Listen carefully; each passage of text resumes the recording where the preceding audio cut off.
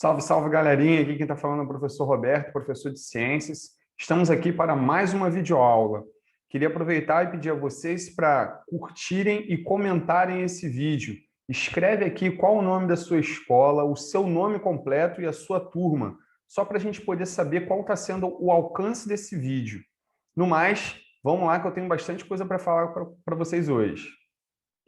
Bom, pessoal, dando continuidade às nossas aulas, nas duas últimas aulas nós falamos sobre as infecções sexualmente transmissíveis.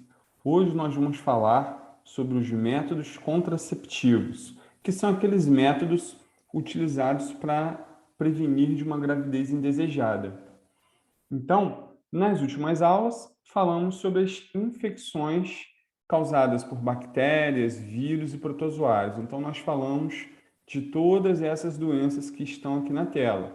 Se você não assistiu, volta aí às duas últimas aulas e vocês vão ver que na primeira aula dessa série nós falamos das doenças bacterianas e na última aula falamos das doenças parasíticas, que são aquelas causadas por protozoários, e falamos das doenças virais. Hoje estaremos focados nos métodos contraceptivos, os métodos utilizados para evitar uma gravidez indesejada. E aí, para começo de conversa, a gente vai dividir esses métodos em métodos físicos, métodos químicos, métodos comportamentais e esterilização. Qual é a diferença de cada um deles? Os métodos físicos são aqueles métodos que vão, de alguma forma, criar uma barreira para impedir que o espermatozoide fecunde o óvulo. Já os métodos químicos, eles estão associados à utilização de medicamentos. Medicamentos esses que vão impedir a ovulação da mulher, né, que é a liberação do óvulo, e aí quando isso acontece e ela tem relações sexuais, ela pode engravidar. Então, existem medicações para evitar, para impedir que ocorra essa ovulação. São os chamados anticoncepcionais, né?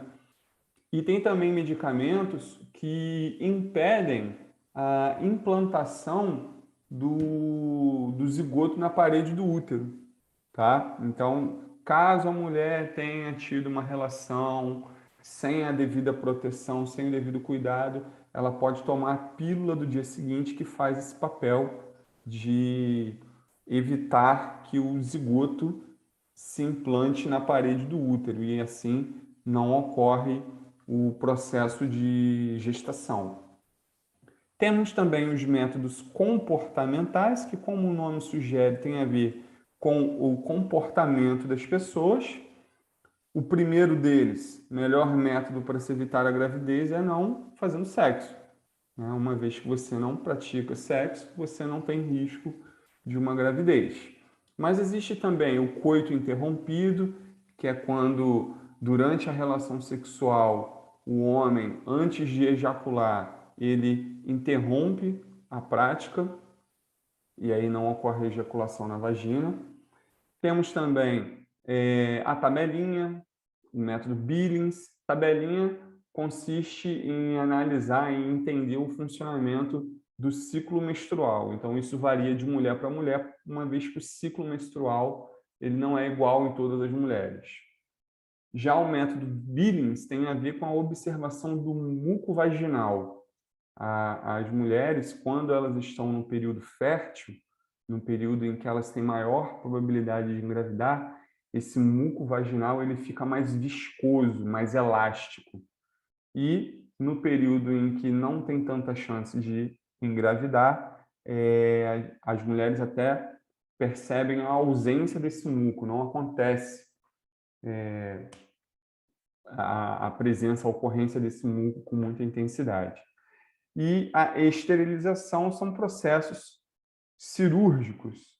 Na mulher tem a ligadura de trompas, a oclusão das tubas, e nos homens tem a vasectomia. Mas a gente vai falar de cada um deles aos pouquinhos aí na próxima tela. Começando pelos métodos de barreira, vou trocar minha caneta, a cor da minha caneta aqui. Nós temos o preservativo feminino, a camisinha feminina. Nós temos o capuz cervical, o diafragma e o preservativo masculino, que é a camisinha masculina. Então, todos esses métodos aqui, todas essas ferramentas, né, o preservativo feminino, o capuz cervical, o diafragma e o preservativo masculino, todos eles têm o mesmo objetivo, que é impedir que o espermatozoide consiga seguir o seu percurso para encontrar o óvulo e ocorrer a fecundação. Então, todos eles têm essa mesma função, impedir que o espermatozoide encontre o óvulo. Tá? Então, são métodos de barreira, são métodos físicos de contracepção. Aqui nós temos os métodos naturais de planejamento familiar, que são aqueles métodos comportamentais, né? Também são considerados métodos comportamentais. O primeiro aqui, ó, método da temperatura corporal basal. O que acontece? Durante o período em que a mulher está com maior chance de engravidar, ela tem um aumento da temperatura corporal. Então, a mulher ela precisa conhecer muito o seu corpo, ela precisa fazer esse monitoramento por pelo menos 6 meses para poder entender que naquele período em que a temperatura do corpo dela aumenta, é o período em que ela se encontra no que a gente chama de período fértil, o período em que ela não deve ter relações porque ela tem grandes chances de gravidez. O método Billings, que é justamente aquele da observação do muco vaginal durante o período fértil, são esses dias aqui, logo aproximadamente 10 dias depois do início da menstruação, a mulher ela entra nesses períodos aqui de dias úmidos, que é quando o muco vaginal ele fica bem viscoso, como mostra essa imagem aqui, tá vendo? O muco vaginal ele está bem viscoso. Esse período é o período fértil, é o período em que a mulher, se tiver relações, ela tem grandes chances de engravidar. Fora desses dias aqui, a mulher ela se encontra no período infértil, com menores chances de gravidez. Tem o método da lactância, também indicado pela sigla MELA, que é o quê? Que é quando a mulher está amamentando, ela secreta hormônios naturais na corrente sanguínea que impede o início da ovulação. Então, ela não engravida durante o período de amamentação. Tem aqui a famosa tabelinha, que é aquele método em que consiste na mulher conhecer muito bem o seu ciclo menstrual, para poder saber ali qual é o dia em que ela está na fase fértil e quais são os dias que ela está na fase infértil. E aqui embaixo, o chamado coito interrompido, que é justamente durante a relação sexual, antes de ejacular, o parceiro ele interrompe a relação para que não ocorra a ejaculação no canal vaginal e assim evitando as chances de uma gravidez. Vale destacar que todos esses métodos aqui são métodos com baixa eficácia. O que quer dizer isso? São métodos que o risco de gravidez é muito grande. Eles não são métodos muito seguros. Então, nós temos aqui 5 métodos. Métodos que são comportamentais, mas que são métodos que não são seguros para se evitar uma gravidez. Então, não é aconselhado que você faça a utilização exclusivamente desses métodos. Na verdade, o que eu costumo dizer, né, por tudo que eu já li, que eu já conversei com médicos, é que a pessoa ela deve fazer uma associação de métodos. Então, você utiliza um método de barreira, utiliza um método comportamental, ou utiliza um método comportamental e utiliza um método químico. Então, você precisa usar 2 métodos para você garantidamente diminuir bastante aí o risco de uma gravidez indesejada. Mas a gente ainda não acabou, não. A gente tem aqui, ó, os contraceptivos hormonais, que seriam aqueles métodos químicos. Basicamente, esses métodos são utilizados pelas mulheres. Então, a gente tem as pílulas, tem aquelas pílulas anticoncepcionais de uso contínuo, que a mulher vai usando durante o mês inteiro. E tem também as pílulas do dia seguinte, que só devem ser utilizadas em último caso, tá? Tanto as pílulas de uso contínuo quanto as pílulas do dia seguinte, elas mexem muito com o hormônio no corpo das mulheres. Então, é muito perigoso, pode causar uma série de problemas. Então, é um método que, assim, podendo evitar, evite, utilize outros, né? Esse aqui mexe muito com essa questão dos hormônios e mexer com hormônio não é uma coisa muito legal.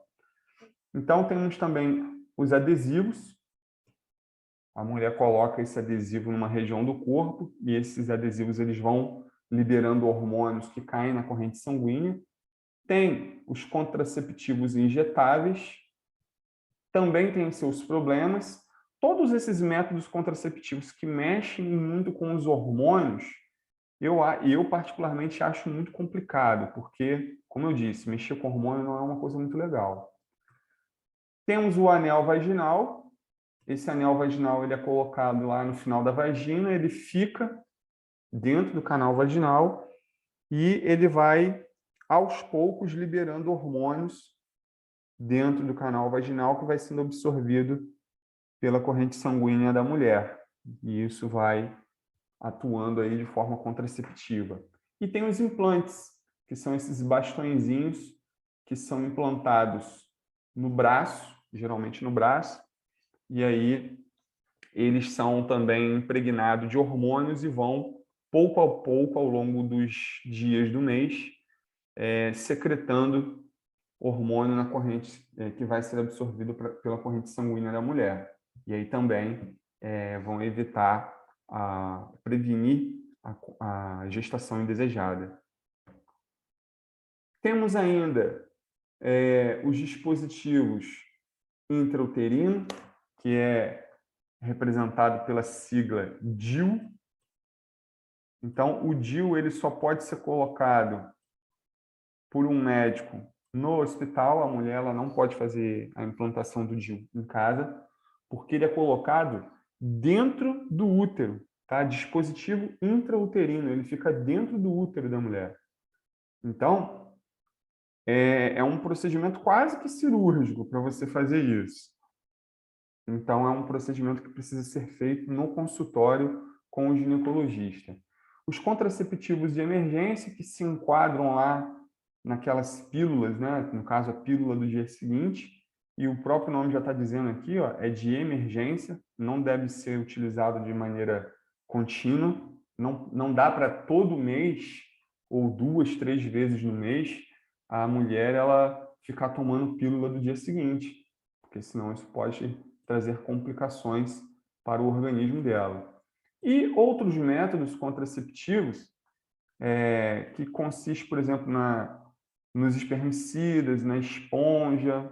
Então, são métodos ainda menos eficazes quando utilizados de maneira isolada. Mas quando você associa dois métodos, aí você já aumenta a eficiência deles. Então, nunca se esqueçam disso.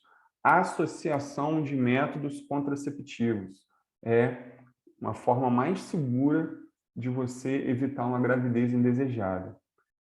E por último, não menos importante, os métodos de esterilização, que são métodos cirúrgicos, tá? Então, nós temos a oclusão das tubas uterinas. O que seria isso? Você coloca,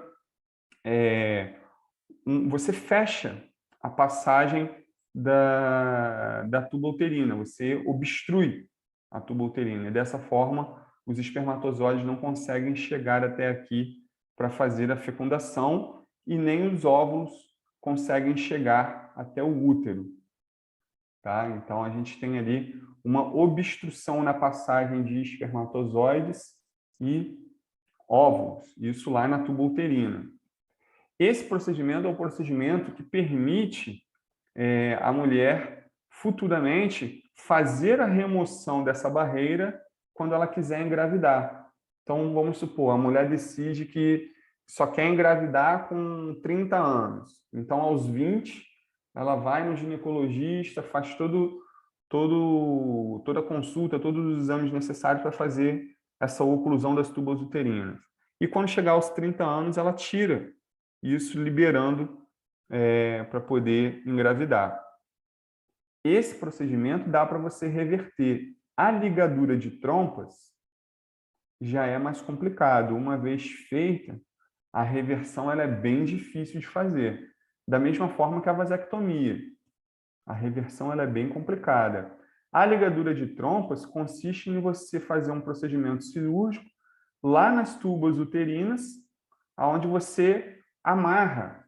Né? A gente está vendo aqui, né, é feito com uma linha cirúrgica, uma amarração na tuba uterina. Então, dessa forma, nem os espermatozoides passam em direção aos ovários, nem os óvulos passam em direção ao útero, impedindo totalmente a gestação. Na vasectomia, são feitos cortes no canal deferente, que é o canal que conduz os espermatozoides do epidídimo ao longo do pênis, até serem ejaculados.